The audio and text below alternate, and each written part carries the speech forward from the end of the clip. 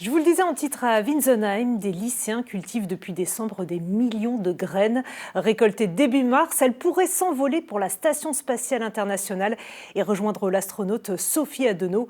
Le but est de comparer le développement de la plante sur Terre et dans l'espace. Valentine Lécaillon et Mickaël Martin. Ces 3,7 millions de graines pourraient bien s'envoler pour l'espace.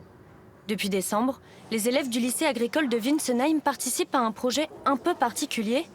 Avec 3 autres établissements français, ils ont cultivé des plantes qui seront peut-être envoyées vers la Station spatiale internationale.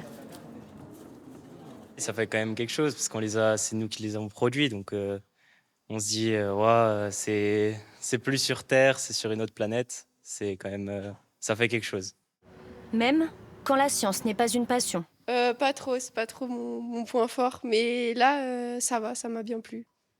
Récoltées début mars, ces graines vont être redistribuées dans près de 4500 établissements partout en France. Mieux encore, certaines pourraient être envoyées à 400 km de là, en orbite autour de la Terre. En février dernier, Sophie Adenau s'envole vers l'ISS dans le cadre de l'opération Epsilon. La spationaute sera chargée de la même mission que les élèves, étudier le développement de la plante en la soumettant à différentes conditions. C'est une plante qui est très facile à cultiver parce qu'elle a un cycle de culture de graine à graine donc d'à peu près 6-7 semaines. Donc c'est un cycle très rapide. Il y a un taux de germination qui est relativement élevé, donc on n'a pas beaucoup d'échecs.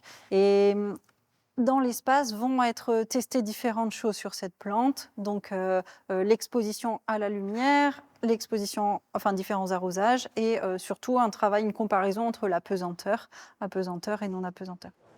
Le but de l'expérience, stimuler l'intérêt des jeunes pour le spatial et éveiller leur curiosité pour les carrières scientifiques.